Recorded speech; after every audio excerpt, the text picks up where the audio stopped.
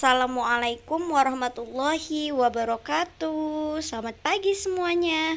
Apa kabarnya hari ini? Alhamdulillah.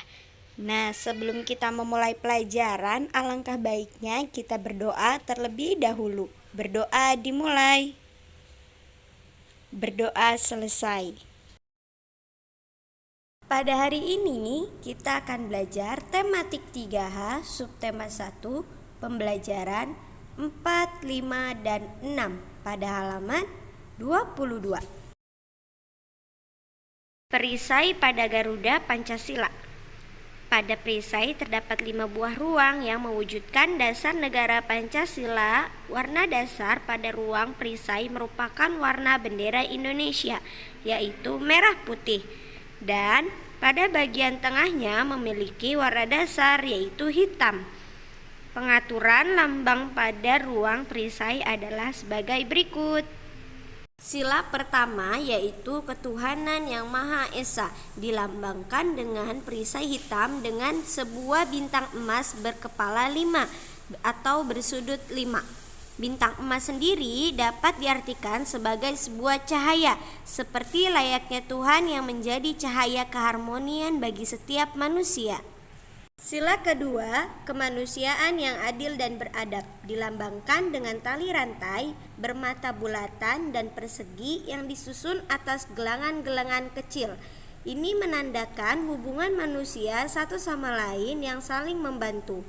Mata rantai yang persegi menggambarkan pria, sedangkan mata rantai yang bulatan menggambarkan wanita.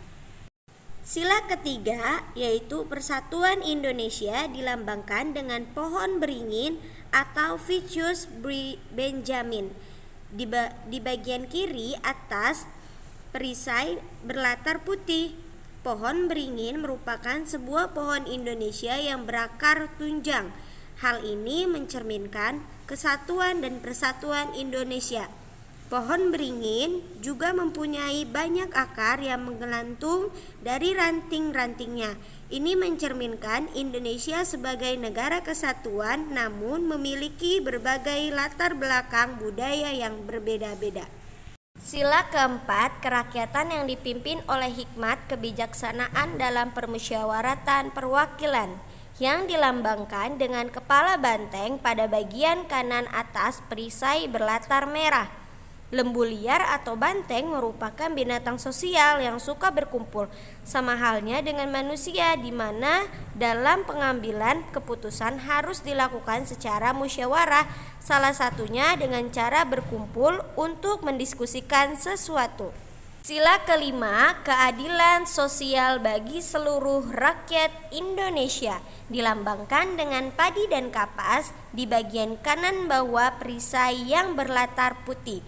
Padi dan kapas mencerminkan pangan dan sandang sebagai kebutuhan pokok semua masyarakat Indonesia tanpa melihat status maupun kedudukannya, sehingga tidak adanya kesenjangan sosial antara satu dan yang lainnya. Sejarah burung Garuda sebagai lambang negara Indonesia. Kisah burung Garuda berawal dari kisah seorang guru bernama Resi Kasyapa yang memperistri Kardu dan Winata.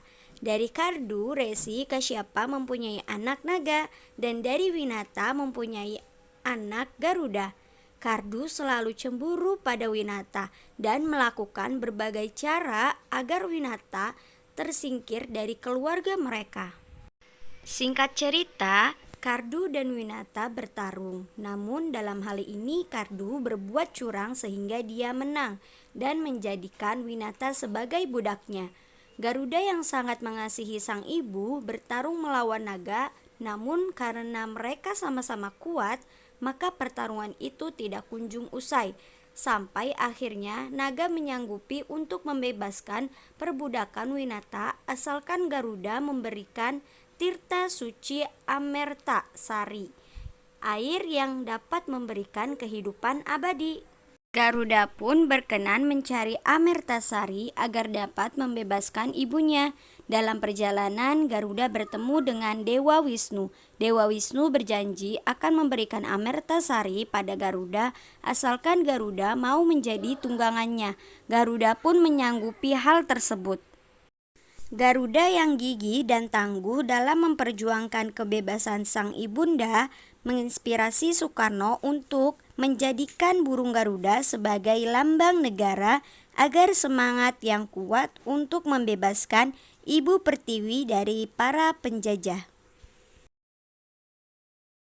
Lalu lintas. Lalu lintas adalah cermin budaya bangsa. Perilaku berlalu lintas merupakan cermin dari keyakinan, nilai-nilai, dan pengetahuan yang dimiliki oleh suatu masyarakat bahkan suatu bangsa. Petugas pengatur lalu lintas melakukan beberapa gerakan dalam mengatur lalu lintas. Macam-macam gerakan lalu lintas diantaranya adalah sebagai berikut.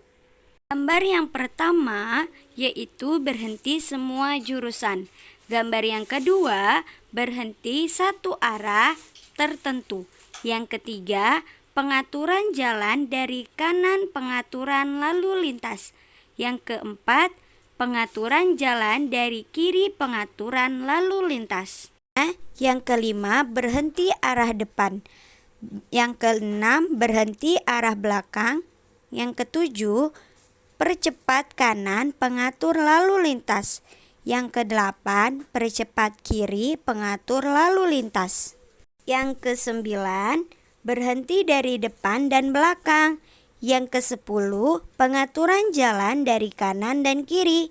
Yang kesebelas perlambat dari kanan pengatur lalu lintas. Dan yang terakhir yang ke-12 perlambat dari kiri pengatur lalu lintas. Itulah beberapa yang dilakukan gerakan dalam mengatur lalu lintas. Anak-anakku sekalian, coba sekarang kalian siapkan kertas, lalu lipatlah kertas menurut garis datar, yaitu garis horizontal dan garis vertikal. Setelah itu, lipatlah menurut garis tegaknya. Nah, didapat pojok siku-siku. Gunakan pojok siku-siku yang telah kalian buat ini untuk menentukan jenis-jenis sudutnya. Anak-anak, perhatikan gambar berikut ini. Ini adalah gambar sudut. Kita akan menentukan mana yang termasuk sudut siku-siku, mana yang sudut lancip, mana yang sudut tumpul, dan mana yang sudut lurus. Kalian kan tadi sudah menentukan kertas menjadi sudut siku-siku. Lalu kita taruh kertas itu di garis sudutnya masing-masing. Nah, kalau garis sudutnya sudah sama, maka ini namanya sudut siku-siku. Kalau sudutnya lebih kecil daripada sudut siku-siku, maka namanya sudut lancip. Kalau sudutnya lebih besar dari sudut siku-siku, maka namanya sudut tumpul. Sedangkan kalau yang lurus namanya sudut lurus. Anak-anakku yang hebat, dari macam-macam sudut yang tadi, mari kita membuat simpulan dan penjelasannya. Nah, anak-anak perlu kalian tahu bahwa gambar yang pertama namanya adalah sudut lancip. Sudut lancip adalah sudut yang besarnya kurang dari 90 derajat. Untuk mengetahui besar dari sebuah sudut, kita menggunakan alat yang namanya busur derajat atau penggaris busur. Yang kedua, yang tegak lurus ini namanya adalah sudut siku-siku. Sudut siku-siku itu besarnya pas 90 derajat. Lalu kalau yang lebih besar lagi namanya sudut tumpul. Sudut tumpul adalah sudut yang besarnya lebih dari 90 derajat dan kurang dari 180 derajat. Nah, yang terakhir adalah sudut lurus. Sudut lurus adalah sudut yang sama dengan 180 derajat. Nah, anak-anak, yang jadi patokan yaitu adalah sudut siku-siku, karena sudut siku-siku memiliki besar yang pas yaitu 90 derajat. Setelah kalian mendengarkan penjelasan dari Miss, kalian boleh mengerjakan tugas yang ada di halaman 39 sampai 40. Selamat mengerjakan. Tugas akhir pada pembelajaran hari ini yaitu uji kompetensi 1 bagian A dan B pada halaman 43 sampai 46. Selamat mengerjakan. Anak-anak, alhamdulillah pembelajaran hari ini telah selesai. Kurang lebihnya Miss mohon maaf. Wabillahi taufiq wal hidayah. Wassalamualaikum warahmatullahi wabarakatuh.